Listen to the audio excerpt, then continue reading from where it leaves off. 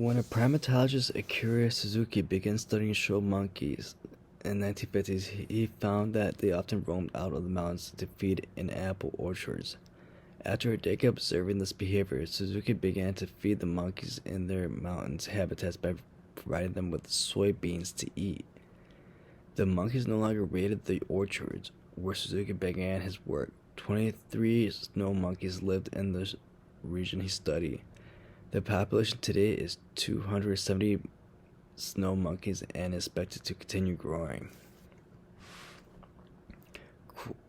Question: which one of the following claims is most strongly supported by the information above?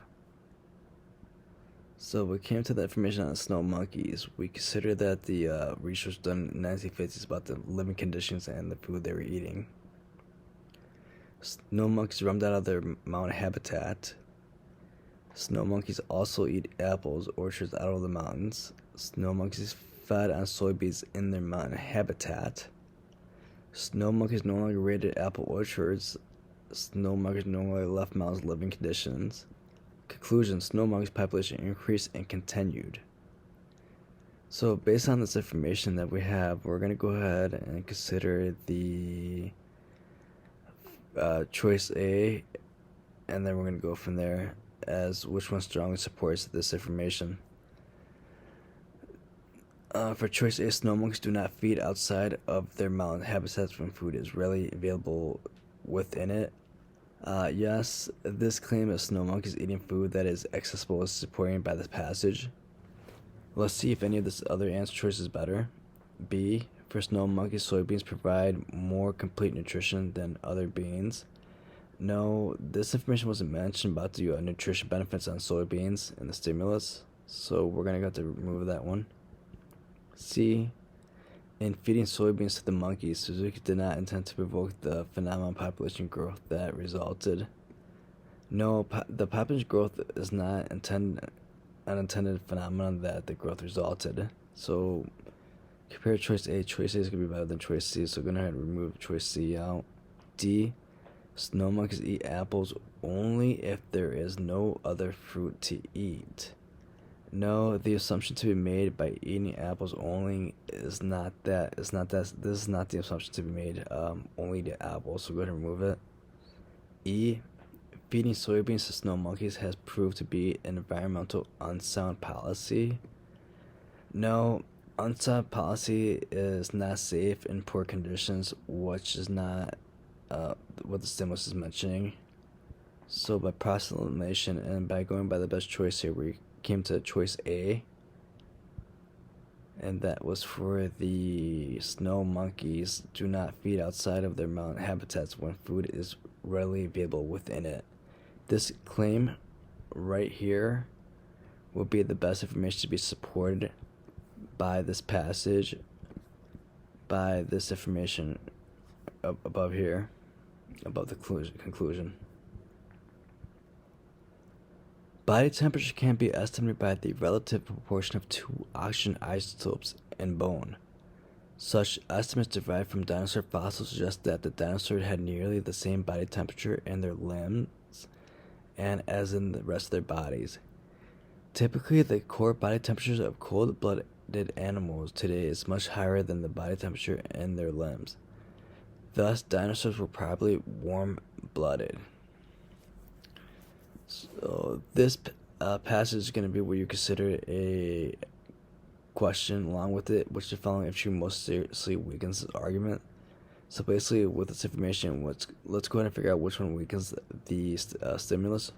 A, large warm-blooded animals keep their core body temperature slightly higher than the body temperature in their limbs. No, because it will contradict the information on amphibious animals. B, the fossilization process introduces changes to the bones such that their original oxygen isotopes ratios cannot be predicted.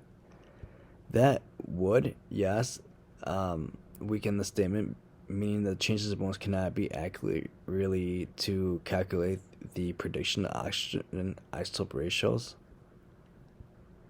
C, oxygen was more abundant in Earth's atmosphere during the period in which the dinosaurs lived. No, I kind of consider this irrelevant since it's comparing the oxygen in the Earth's atmosphere to the oxygen in the bones, so I'm going to go ahead and remove it. D.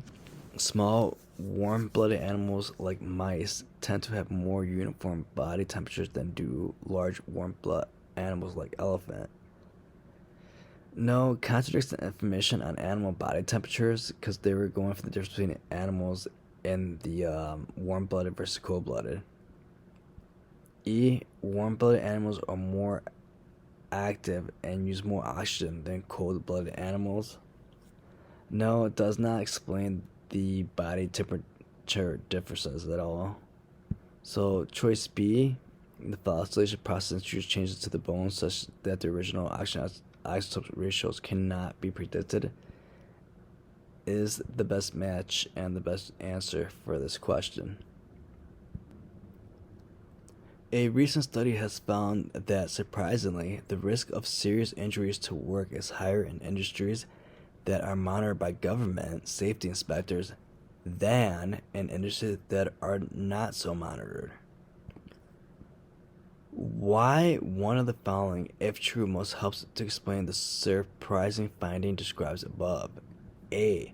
Government safety inspectors not only monitor but also train employees of the inspected firms to follow safe practices. No, because accidents are still happening at the workplace and are very high. Government safety inspectors do not have the authority to enforce safety regulations. No, because government is affiliated with these safety inspections. C.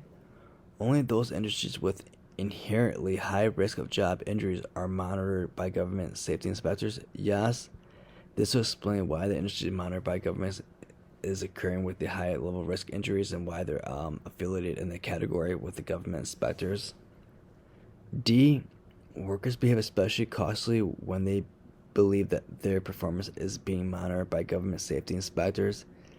Slightly less, but no evidence to support or not mentioned in the stimulus about the people being more cautiously when they believe they're being government safety inspected and monitored. E.